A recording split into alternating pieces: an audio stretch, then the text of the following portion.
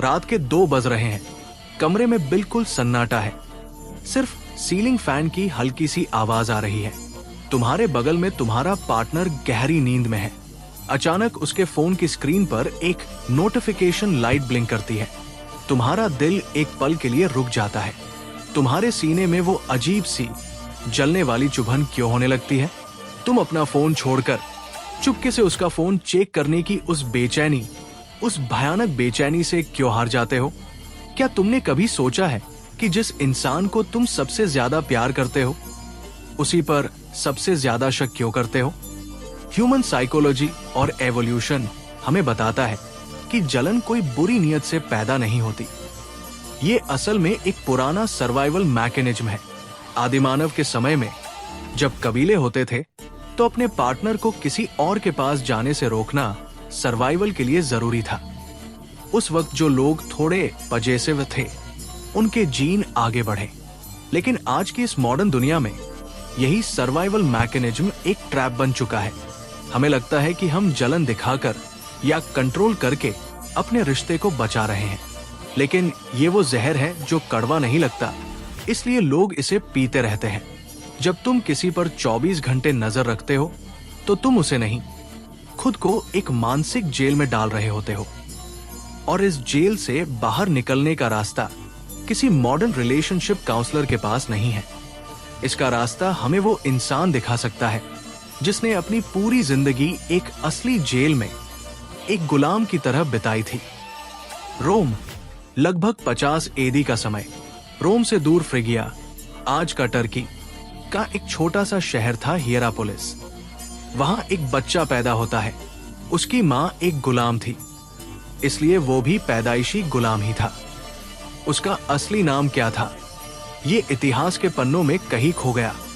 दुनिया उसे सिर्फ एक नाम से जानती है, एपिक्टेटस। ग्रीक भाषा में इस शब्द का मतलब ही होता है खरीदा हुआ या अक्वायर्ड। सोचो, जिस इंसान का नाम ही उसकी गुलामी का सबूत हो, वो आजादी के बारे में क्या जानता होगा? एपिक्टेटस को रोम लाया गया और एपाफ्रोडिटस नाम के एक बेहद क्रूर मालिक को बेच दिया गया। एपाफ्रोडिटस रोम के सम्राट नीरो का सेक्रेटरी था और अपनी क्रूरता के लिए पूरे शहर में बदनाम था। बचपन से लेकर जवानी तक एपिक्टेटस ने सिर्फ दूसरों के हुक्म सुने। उसका अपने शरीर पर, अपने वक्त पर, यहां तक कि अपनी सांसों पर भी कोई कंट्रोल नहीं था। उसकी जिंदगी का सबसे भयानक और निर्णायक पल तब आया जब एक दिन उसके मालिक एपाफ्रोडिटस ने बिना किसी खास वजह के, सिर्फ अपने मनोरंजन के लिए, एपिक्टेटस के पैर को एक लोहे के शिकंजे में कस दिया। कमरे में खामोशी थी। एपाफ्रोडिटस मजे से उस शिकंजे को कसता जा रहा था। हड्डियां चटकने की आवाज आ रही थी। कोई भी आम इंसान उस दर्द से चीख पड़ता, रोने लगता, भीख मांगता, लेकिन एपिक्टेटस के चेहरे पर एक अजीब सी शांति थी। उसने अपने मालिक की आंखों में देखकर बिल्कुल शांत आवाज में कहा, तुम इसे और कसोगे तो मेरा पैर टूट जाएगा। मालिक ने गुस्से में आकर शिकंजे को और जोर से घुमा दिया। एक तेज आवाज के साथ एपिक्टेटस के पैर की हड्डी टूट गई। दर्द से शरीर कांप उठा, लेकिन उसके होठों से चीख नहीं निकली। उसने सिर्फ इतना कहा, मैंने तुमसे कहा था ना कि ये टूट जाएगा। ये वो ऐतिहासिक पल था जिसने एक गुलाम को रोम का सबसे महान दार्शनिक बना दिया। एपिक्टेटस ने उस दिन एक भयानक दर्द से गुजरकर ये समझ लिया था कि दुनिया तुम्हारा शरीर तोड़ सकती है, तुम्हारी आजादी छीन सकती है, लेकिन तुम्हारी प्रतिक्रिया, तुम्हारा रिस्पॉन्स हमेशा तुम्हारे हाथ में होता है। साल 68 एडी में जब नीरो की मौत के बाद एपाफ्रोडिटस का पतन हुआ, तब कहीं जाकर एपिक्टेटस को आजादी मिली।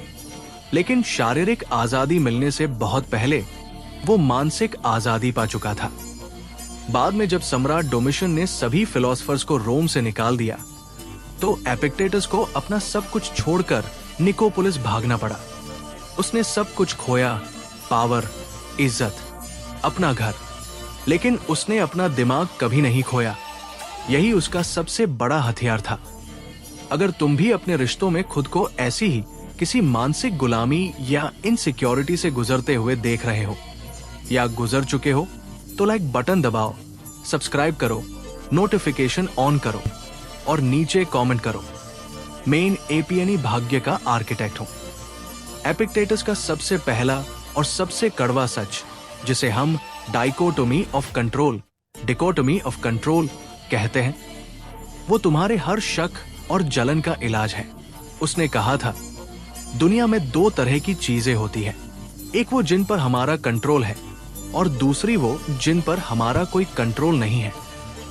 तुम अपने पार्टनर को कितना प्यार करते हो ये तुम्हारे हाथ में है, लेकिन वो बदले में तुम्हें कितना प्यार करेगा, वो किसके मैसेज का रिप्लाई करेगा, वो किसके साथ लंच करेगा, ये तुम्हारे हाथ में नहीं है।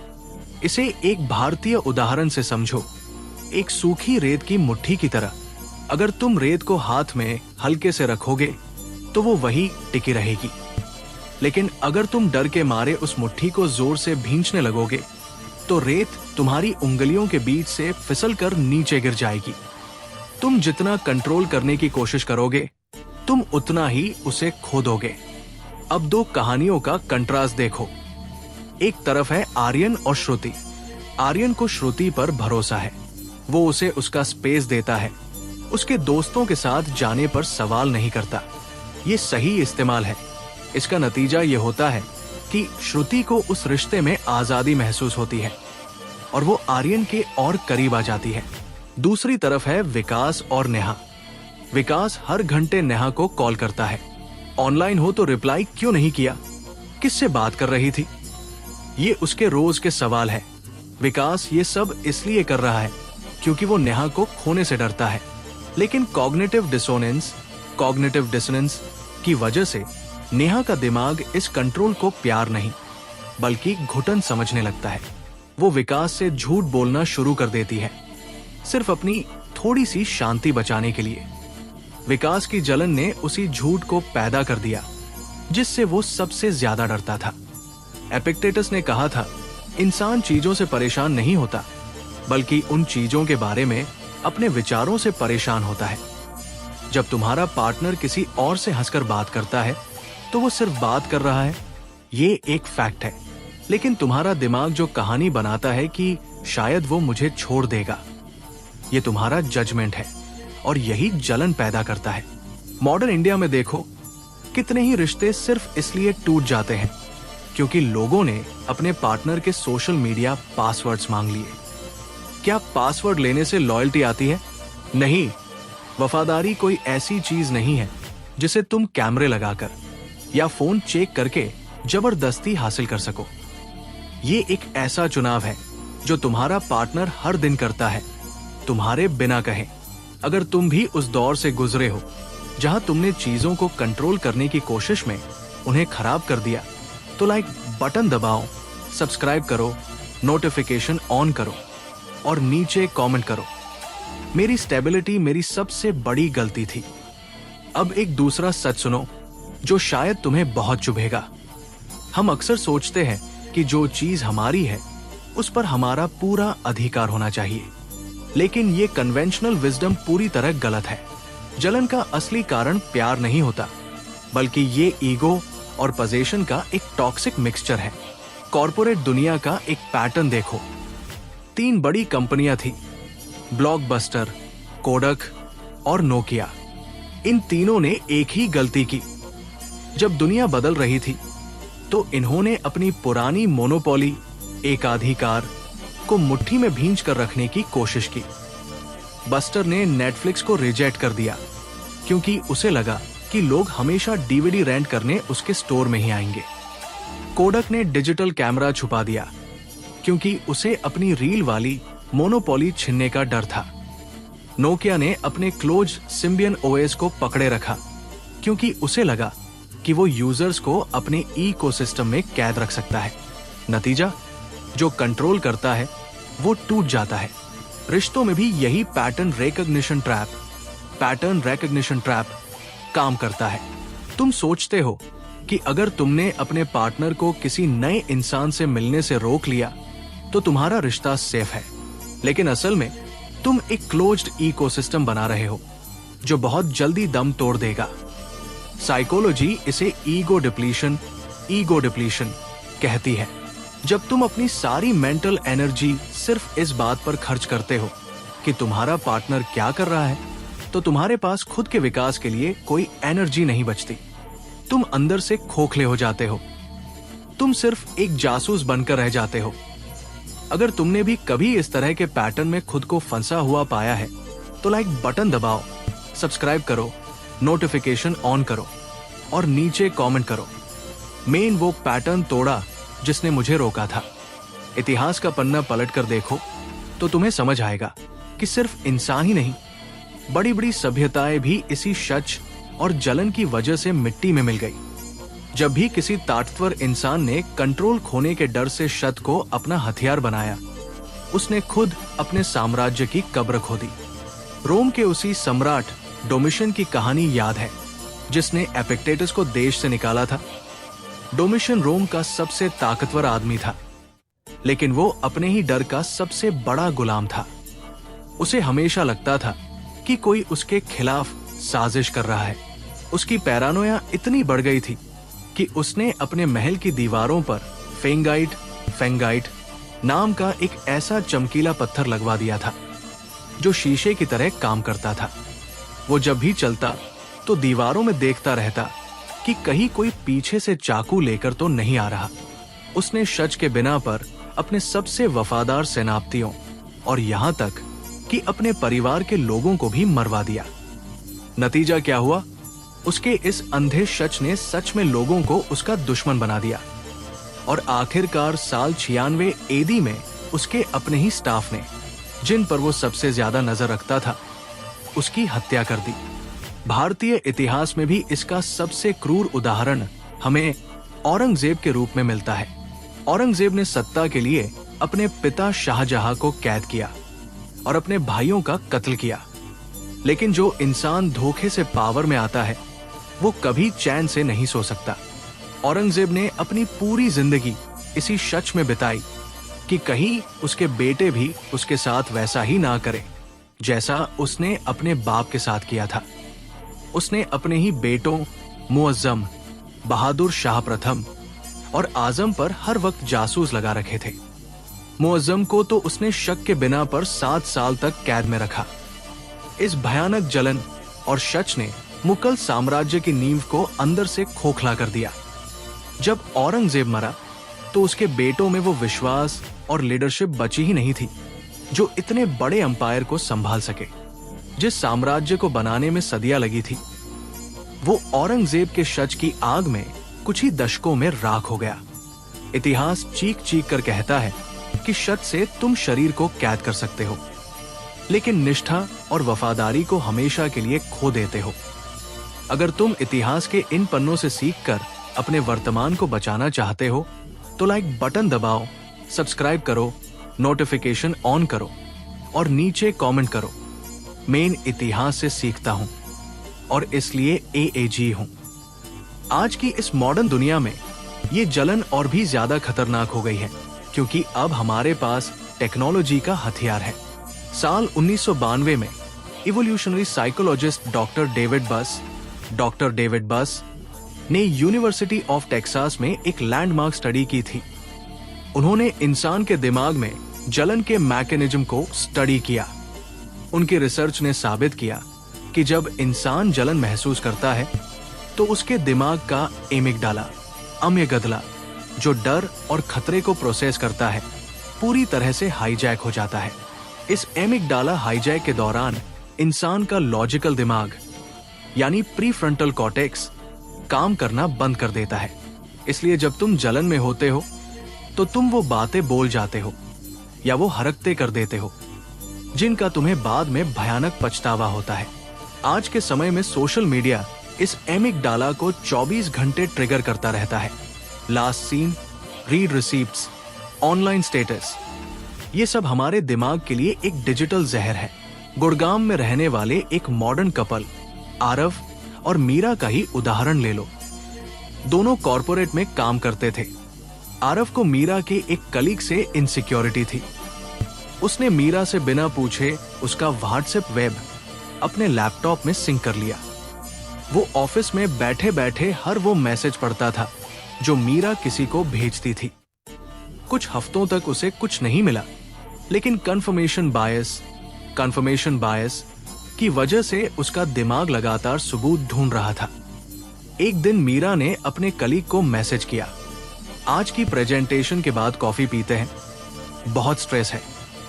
ये एक नॉर्मल प्रोफेशनल मैसेज था, लेकिन आरव के हाईजैक हो चुके दिमाग ने इसे धोखा समझ लिया। उस रात जो बहस हुई, उसने उस रिश्ते की नींव हमेशा के लिए तोड़ दी। मीरा को जब पता चला कि आरव उसकी जासूसी कर रहा था, तो उसे वो इंसान एक अजनबी और खतरनाक लगने लगा जिसे वो कभी प्यार करती थी। आरव ने अपनी इनसिक्योरिटी के चक्कर में वो सब कुछ खो दिया जिसे वो बचाना चाहता था। न्यूरोसाइंस कहता है कि तुम अपने दिमाग को जिस चीज पर फोकस करवाओगे, वो वैसी ही दुनिया बना लेगा। अगर तुम भी इस डिजिटल ट्रैप से बाहर निकलकर असल दुनिया की सच्चाई का सामना करने को तैयार हो, तो लाइक बटन दबाओ, सब्सक्राइब करो, नोटिफिकेशन ऑन करो और नीचे कमेंट करो। मैं अंधेरों से डरता नहीं, यूएनएचई देख सकता हूं। अगर तुम ध्यान से देखो तो भारत की माटी में ये ज्ञान हजारों सालों से मौजूद है, बस हमने इसे सही संदर्भ में समझना छोड़ दिया। भगवद गीता का अध्याय 2 श्लोक 62 और 63 सीधा हमारे दिमाग की इस जलन और पजेशन पर चोट करता है। ध्यायतो विषयान पुंसः संस्तेषु उपजायते, यानी जब इंसान किसी विषय या व्यक्ति के बारे में लगातार सोचता है तो उसे उससे आसक्ति, अटैचमेंट हो जाती है। आसक्ति से काम, डिजायर, पोजेसिवनेस पैदा होता है। काम के पूरे ना होने या खतरे में पड़ने से क्रोध, एंगर, जेलसी पैदा होता है और क्रोध से इंसान की बुद्धि नष्ट हो जाती है। श्री कृष्ण यहाँ निष्काम कर्म की बात कर रहे हैं। रिश्तों में निष्काम कर्म का मतलब है प्यार करना, लेकिन उस इंसान को अपनी प्रॉपर्टी ना समझना। तुम्हारी जिम्मेदारी सिर्फ अपना प्यार देना है। उस प्यार के बदले तुम्हें क्या मिलेगा, इस पर तुम्हारा कोई अधिकार नहीं है। यही बात चाणक्य के अर्थशास्त्र में एक अलग रूप में मिलती है। चाणक्य कहते हैं, जो राजा अपने करीबियों पर, अपनी पत्नी और पुत्रों पर हर समय संदेह करता है, उसका विनाश तय है। राज्य चलाने के लिए शत एक टूल हो सकता है, लेकिन जहां बात निजी रिश्तों की आती है, वहां अति संदेह, ओवर सस्पिशन उस घर को अंदर से जला देता है। स्वामी विवेकानंद ने भी इस साइकोलॉजी को बहुत गहराई से समझा था। उन्होंने कहा था, सच्चा प्रेम कभी किसी को बांधता नहीं है। जहां बंधन है, जहां डर है, वहां प्रेम हो ही नहीं सकता। 3 अलग अलग परंपराएं, 3 अलग अलग भाषाएं, 3 अलग अलग सदियां, लेकिन ऑब्जर्वेशन बिल्कुल एक है। कंट्रोल करने की चाहत ही विनाश की असली जड़ है। गीता का वैराग्य, चाणक्य की कूटनीति और विवेकानंद का अध्यात्म, तीनों हमें यही सिखाते हैं कि आजादी देने से ही आजादी मिलती है। अगर तुम भी इस आरामदेह झूठ से निकलकर सच की राह पर चलना चाहते हो, तो लाइक बटन दबाओ, सब्सक्राइब करो, नोटिफिकेशन ऑन करो और नीचे कमेंट करो। मैं आराम से नहीं, सच से जीता हूं। अब यहां रुको, बहुत हो गई फिलॉसफी और इतिहास की बातें। अब सीधे तुम्हारी जिंदगी पर आते हैं। तुम्हें आज इसी वक्त अपने 4 डोमेन्स में इस सिद्धांत को अप्लाई करना है। पहला, करियर। जब तुम्हारे ऑफिस में तुम्हारे साथ वाले का प्रमोशन होता है और तुम्हें जलन होती है, तो याद रखो कि उसका प्रमोशन तुम्हारे हाथ में नहीं था। तुम्हारे हाथ में तुम्हारी अपनी स्किल्स को बेहतर करना है। अपनी एनर्जी उसकी बुराई करने में नहीं, अपनी वैल्यू बढ़ाने में लगाओ। दूसरा, रिश्ते। अगर तुम अपने पार्टनर के फोन को देखने की इच्छा से लड़ रहे हो, तो आज से एक कड़ा नियम बनाओ, द 24 आवर फोन फास्ट। जब भी तुम्हें फोन चेक करने की बेचैनी हो, खुद से कहो कि मैं चेक करूंगा, लेकिन 24 घंटे बाद तुम देखोगे कि 24 घंटे में तुम्हारा वो एमिगडाला हाईजैक शांत हो जाएगा और तुम्हारा लॉजिकल दिमाग वापस कंट्रोल ले लेगा। तीसरा, मेंटल हेल्थ। अपनी सेल्फ वर्थ को किसी दूसरे इंसान के अप्रूवल से जोड़ना बंद करो। तुम्हारी कीमत इस बात से तय नहीं होती कि कोई तुम्हें चुनता है या नहीं। तुम्हारी कीमत इस बात से तय होती है कि तुम खुद को कितना सम्मान देते हो। चौथा, डेली हैबिट्स। अपने पार्टनर से सीधे बात करने की आदत डालो। जासूसी कायरों का काम है। अगर तुम्हें कोई शक है तो सामने बैठकर आंखों में आंखें डालकर पूछो। लेकिन हां, यहां एक बहुत बड़ी चेतावनी भी है। एपिक्टेटस का मतलब ये नहीं था कि तुम किसी टॉक्सिक रिश्ते में बंधे रहो या किसी के खुले धोखे को बर्दाश्त करो। अगर तुम्हारे सामने चीटिंग के साफ सबूत हैं, तो डाइकोटोमी ऑफ कंट्रोल तुम्हें यह सिखाता है कि तुम उस इंसान को बदल नहीं सकते, लेकिन तुम उस इंसान से दूर जाने का फैसला पूरी ताकत और शांति के साथ ले सकते हो, बिना किसी ड्रामे के, बिना किसी गाली गलौज के। अगर तुम भी अपने इमोशंस का बांध इतना मजबूत बना रहे हो कि वो किसी के धोखे से ना टूटे, तो लाइक बटन दबाओ, सब्सक्राइब करो, नोटिफिकेशन ऑन करो और नीचे कमेंट करो। मेन वो बांध बना रहा हूं जो टूटे नहीं। हर फिलॉसफी की तरह एपिक्टेटस की बातों में भी एक खोट है, एक कमी है। एपिक्टेटस एक ऐसा स्टोइक था जिसने अपनी भावनाओं को पत्थर बना लिया था।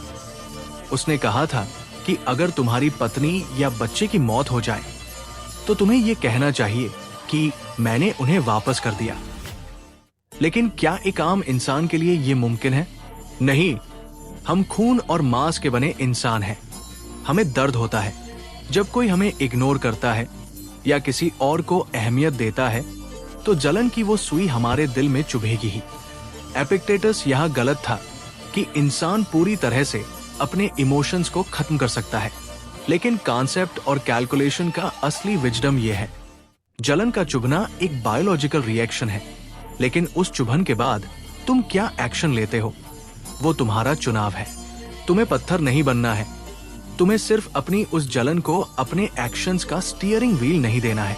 अब वापस उसी कमरे में चलते हैं जहां से हमने शुरुआत की थी। रात के 2 बज रहे हैं। वो फोन की स्क्रीन अभी भी ब्लिंक कर रही है। अब तुम क्या करोगे? तुम उस फोन की तरफ देखोगे, एक गहरी सांस लोगे और अपनी आंखें बंद करके सो जाओगे। क्यों? क्योंकि तुमने ये कड़वा सच स्वीकार कर लिया है। अगर तुम्हारा पार्टनर तुम्हारे प्रति वफादार है तो उसका फोन चेक करना उसके प्यार का अपमान है, और अगर वो तुम्हें धोखा दे रहा है तो तुम्हारा फोन चेक करना उसे धोखा देने से रोक नहीं पाएगा। वो बस तुम्हारी आज की रात की नींद और तुम्हारी बची खुची इज्जत छीन लेगा। जो तुम्हारा है उसे तुम्हें बांध कर रखने की जरूरत नहीं, और जिसे तुम्हें बांध कर रखना पड़े वो असल में कभी तुम्हारा था ही नहीं। अगर तुम सिर्फ एक चीज इस पूरी कहानी से याद रखना चाहते हो तो वो ये है, अपनी सेल्फ वर्थ को इतना मजबूत बनाओ कि किसी के आने या जाने से तुम्हारे वजूद पर कोई फर्क ना पड़े। अंत में एपिक्टेटस के उसी वाक्य को याद करो जिसने उसे हर जंजीर से आजाद कर दिया था। तुम्हारी आजादी वहां से शुरू होती है जहां दूसरों से तुम्हारी उम्मीदें खत्म होती है। यहां एक पल की खामोशी, ये तुम्हारा चुनाव है। तुम हमेशा डर डर कर जी सकते हो या फिर आजाद हो सकते हो। निर्भय मार्ग। यहां डर नहीं सिखाते, यहां डर की आंखों में आंखें डालकर उसे हराना सिखाते हैं। अगर तुम इस सच्चाई का सामना करने को तैयार हो और अब पीछे नहीं हटना चाहते, तो लाइक बटन दबाओ, सब्सक्राइब करो, नोटिफिकेशन ऑन करो और नीचे कमेंट करो। मैं निर्भय मार्ग पे हूं।